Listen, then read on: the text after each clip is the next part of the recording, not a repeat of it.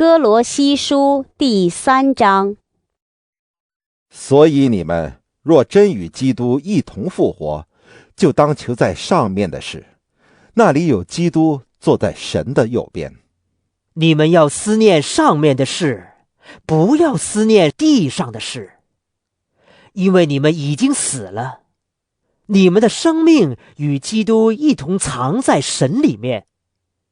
基督是我们的生命，他显现的时候，你们也要与他一同显现在荣耀里。所以要治死你们在地上的肢体，就如淫乱、污秽、邪情、恶欲和贪婪。贪婪就与拜偶像一样。因这些事，神的愤怒必临到那悖逆之子。当你们在这些事中活着的时候，也曾这样行过。但现在你们要弃绝这一切的事，以及恼恨、愤怒、恶毒、毁谤，并口中污秽的言语。不要彼此说谎，因你们已经脱去旧人和旧人的行为，穿上了新人。这新人在知识上渐渐更新，正如造他主的形象。在此并不分希腊人、犹太人，受割礼的、未受割礼的，化外人、西古提人，为奴的、自主的。唯有基督是包括一切，又住在个人之内。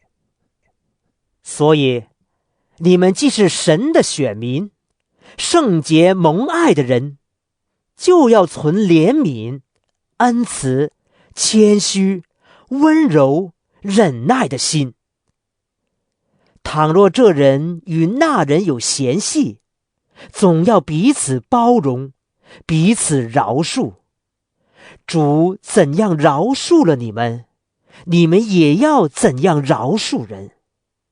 在这一切之外，要存着爱心，爱心就是联络全德的。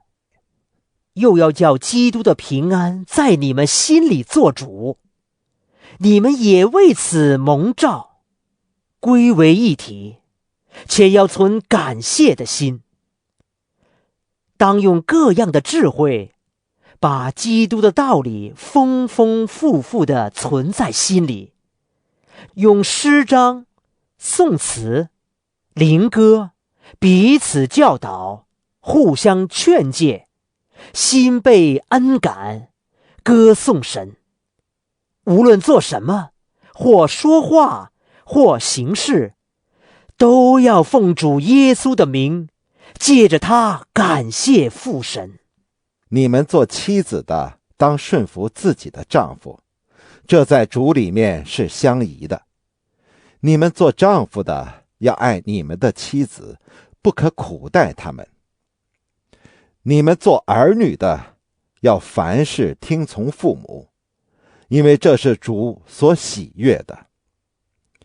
你们做父亲的，不要惹儿女的气，恐怕他们失了志气。你们做仆人的，要凡事听从你们肉身的主人，不要只在眼前侍奉，像是讨人喜欢的，总要存心诚实敬畏主。无论做什么，都要从心里做，像是给主做的，不是给人做的。因你们知道，从主那里必得着基业为赏赐。你们所侍奉的乃是主基督，那行不义的必受不义的报应。主并不偏待人。